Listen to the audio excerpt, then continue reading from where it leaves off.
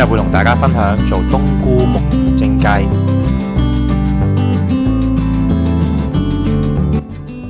我哋呢度有半隻嘅鬍鬚雞啦，洗乾淨之後呢，我哋就可以將佢斬件啦。咁第一步呢，就將啲雞翼同埋雞髀分開先啦。咁我就中意買雞返嚟自己斬啦。咁自己斬雞呢，就可以將啲雞件呢斬得細嚿啲啦。咁你蒸出嚟嘅雞呢，亦都入味啲，好食啲啦。咁將個雞背一開二之後呢，我哋就可以將佢切成細嚿噶啦。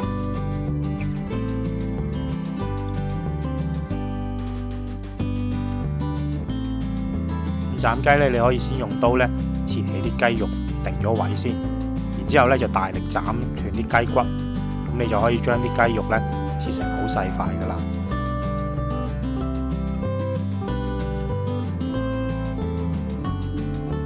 斬雞背同雞髀呢，你就可以大力少少啦。如果再唔係呢，就買把重身啲嘅刀啦，你就會好易斬到噶啦。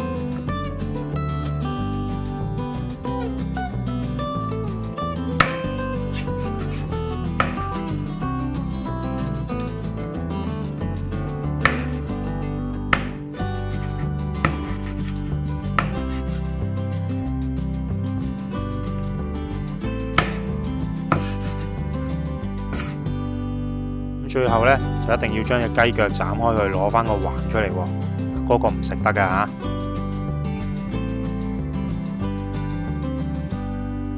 斬好啲雞之後呢，我哋就揾隻大少少嘅碗裝起佢啦，準備一陣間呢就醃啲雞噶啦。咁我哋預先浸起啲木耳啦，我就會用呢啲細塊少少嘅木耳啦，呢啲係脆身啲，蒸出嚟香啲嘅。咁冬菇你浸起之後呢，就打平佢啦，打斜把刀，咁啊切開佢一細細塊，咁你就蒸出嚟嘅雞呢，就會比較入味啦。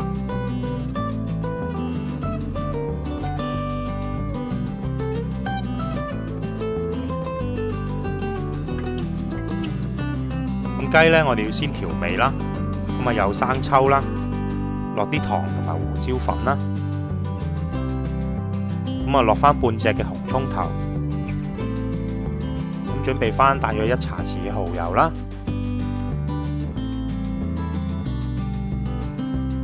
咁撈勻晒啲調味料之後呢，我哋落翻少少薑絲落去，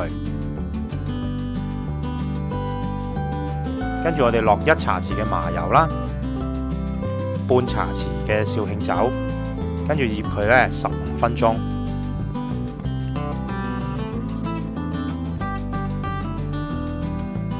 咁15分鐘之後呢，我哋準備一隻大啲嘅碟，然之後呢將啲木耳同埋冬菇呢放落去，放少少嘅生粉，然之後呢撈勻佢。咁最後呢，再喺上面放啲薑絲同埋紅棗片，咁呢我哋就可以準備去蒸噶啦。然之後呢就大火蒸佢12分鐘。咁記住煲多啲飯啦，因為好好送飯噶。